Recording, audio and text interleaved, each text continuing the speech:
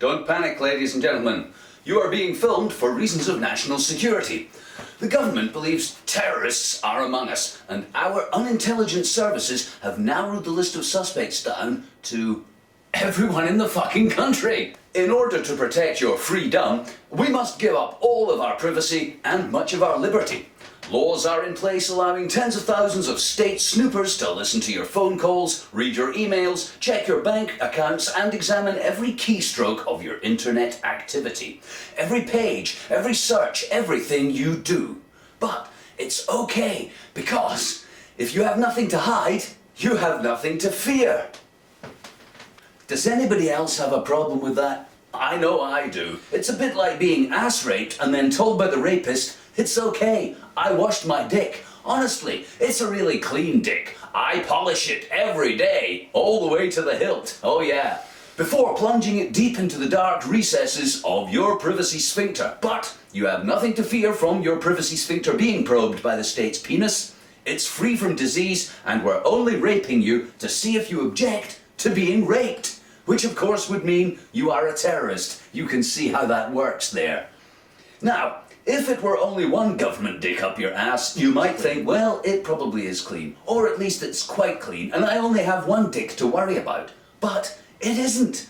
Under anti-terror laws in the US and UK, tens of thousands of minor-ranking civil servants can shove their probing penis of inquiry deep into the orifice of your anus privatus. Goons from Social Security, Welfare, the Coast Guard, Health Service, even the garbage collectors and school rectors can search your bank records, phone calls, and web activity.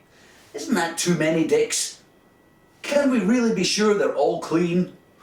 In the UK, there are 65 million suspects in the war on terror. So we've narrowed the suspects in the war on terror down to 65 million in the UK at least. Every single resident. Wow. That's going to be a long investigation, isn't it? It's a pity our security services are so inept they can't whittle that down a little. Mind you, these are the people who claimed there were weapons of mass destruction in Iraq, and even with satellites, UAV drones and bribery to call on, they can't find Osama bin Laden, an aging bogeyman with kidney disease hiding in Pakistan or Afghanistan, where, by the way, there's enough military and Secret Service personnel to simultaneously piss on every rock in the land. Perhaps they think Osama bin Laden is hiding among us. Perhaps they're embarrassed that they can't find him or narrow the terror suspects down. Well, I can help.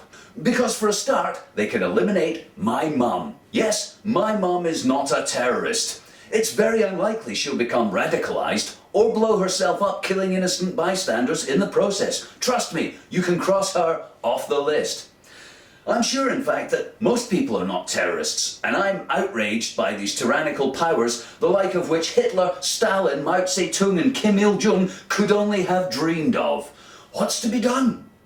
Where's the uproar? What are you going to do about it? I'll tell you what you're going to do. Nothing. That's right. You and your electricity bill are going to keep your head down and shut the fuck up. You, all of us in fact, are complicit in our own oppression and destruction of the planet. We're shuffling into a future of Orwellian horror unseen since the Stasi state of East Germany, and we're not going to do anything about it because life is good. Yes, it is. Here we all are on the internet amusing ourselves or educating ourselves or becoming informed while I'm drinking peasant-in-the-field coffee. I typed this piece on a Chinese tyranny laptop powered by nuclear arms race byproduct electricity, and it's great. So ambivalent are we about losing our freedom, so we can be free, I can barely bring myself to read another word of detail about it. It's a bummer, isn't it? Our lying, murdering governments and us consuming the planet so fast we'll need another 3 Earths just to carry on like this. Never mind any growth. The lying, murdering military-industrial machine grinding out years of inconclusive war on mud hut-dwelling sand niggers so our debts can foot the bill forever.